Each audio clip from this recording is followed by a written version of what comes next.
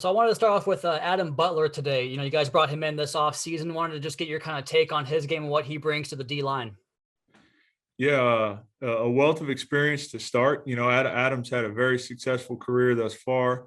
A hardworking guy, good interior rusher, got some versatility, and really, really like what he brings to the group. And he's been great so far.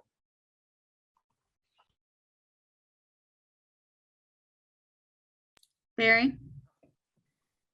Hi, Austin. I just wanted to ask you to assess Rayquan Davis's rookie season and areas where you think he could get better specifically, please.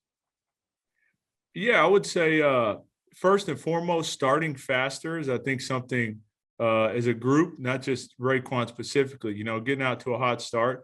I think he did a good job developing throughout the year in terms of his run defense. And being able to win one-on-ones consistently and hold the point on doubles. And I think just a major focus for him is finishing plays. I think he, specifically probably feels like he left some more out there and just taking the next step like any other guy this year and taking the next step in his second year and looking forward to him, looking forward to everything he brings to the table and love him.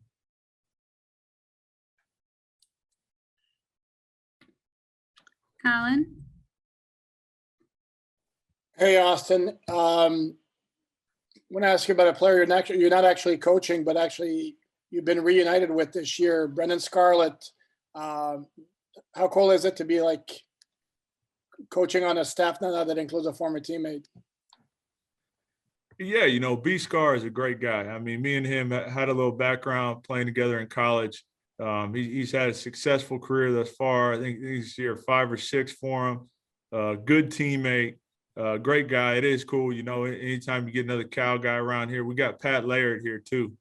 And GA really considers himself a Cal guy, I think. So, really proud of that and excited for Brendan this year. And it's a really cool experience, man. Joe? GA blamed himself for not getting Javon Holland to Cal. Was it your fault or was it his fault? Who's to blame here? I was actually at USC then, and we didn't get him either. So maybe obviously we both didn't do so good there. But Javon Holland's a hell of a player, man, and I'm glad we're on the same team now. I'll tell you that much. Hey, what about Christian Wilkins? How much more do you think he can do? I think he could definitely do a lot more. I think he did do a good job throughout the season, getting better and better. He had the COVID thing or whatever and missed some games, and I do think that hurt him. Because he was starting to come on right then, but really fired up about him. Obviously going into year 3, I think his best ball's ahead of him. And couldn't be more excited for him this year. Thank you. Lewis? Hey there, Coach. So I wanted to ask you about the rotation that you guys are going to have on the defensive line, because you guys have a lot of talent available. Zach Sealer, Christian Wilkins, Rayquan Davis. Now you're adding Adam Butler to that group. So how important is it to have like this internal rotation of guys just coming in and out of the game, as opposed to having maybe like one superstar like Ndamukong Suh way back when, and having that on the team? It's important to have that rotation. Yeah, I think there's no question collectively there's a competitive group up front. I think a lot of that is matchup based and week to week. And I think we got a lot of different guys that have a lot of different strengths. And to be honest with you, it's kind of tough to assess that without even having the mini camp and stuff like that. But I know that we got a lot of great pieces up front.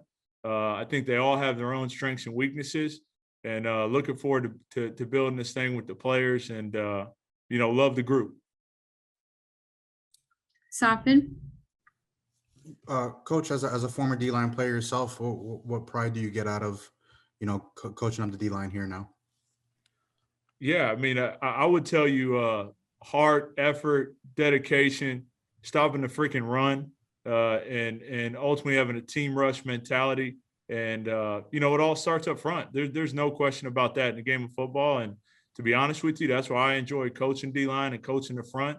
And I think what's awesome is we have guys up front on this team that Coach Flo and the staff has built that believe in those same values. So I consider myself extremely lucky every day I walk through these doors, and I'm fired up about this season. What's the difference between stopping the run and stopping the friggin' run? Yeah, there's another word we would probably use instead of freaking in there, but yeah, it's a big deal, man. I mean, there's no question that there are teams where it's become a passing league, but when they know they got to run it to get a yard, and we know they got to run it, we got to be able to freaking stop that thing.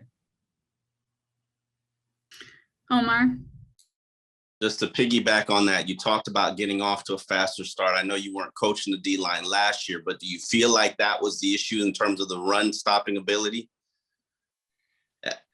I would say it's a team game, and ultimately in terms of stopping a run, it starts up front, but collectively as a unit, and as a team. Yeah, I feel like there's no question as a defense, we want to start faster, and that starts right now. And I think these players have done a great job so far. And yeah, I think there's no question that's a starting point, especially out of gates. Like we've got to be able to do that as a D-line. Travis, Hey, Coach, I wanted to ask you about the versatility of Rayquan Davis, Zach Sealer, and Christian Wilkins. I know you used those guys a little bit at inside as well as outside last year. How valuable is it to have those guys that are such big players on the defensive line that can play both tackle and on the end? Yeah, I think it's definitely something that we want. You want guys that are versatile, that are smart, that can handle a lot. And I think ultimately we now have that, and it's game plan, it's matchups, it's week to week there, but it's awesome to have the group of guys that we have that are versatile enough to do a lot of things for sure. Absolutely. Barry, Hi, Austin. Just one final quick thing on two young guys. Jonathan Ledbetter, is he back with you guys? Is he healthy? And the Strobridge skill set that intrigues you, Josh, and Flo a year into his pro career is what? Yeah, I would say, Ledbetter's been great in everything he's doing. I'm really excited about him. Good, smart player. The stuff I've seen on tape of him is great too in the year prior. And, with Strobridge, I think ultimately for him is he has some twitch, and he definitely has some pass rush and some versatility. Just putting it all together in year two, I think there were moments where he went in some games and did some really good things, and just looking for him to build on that. And I think he's done that so far, and I'm really looking forward to seeing him. Thanks, Austin. Alan, Hey, Austin. The signing of John Jenkins kind of went under the radar a little bit a few weeks back, but he's a guy. How big could he be in terms of helping you guys stop the blankety blank run, as you put it? Yeah, John, he's played a long time, and I think the coach's first year here that he did a great job in terms of playing the run, but also as a veteran presence for some of our younger players. How to get ready for a game, things that he sees, and things that he's seen in the NFL so far. And he's done a great job. We're really, really lucky to have him.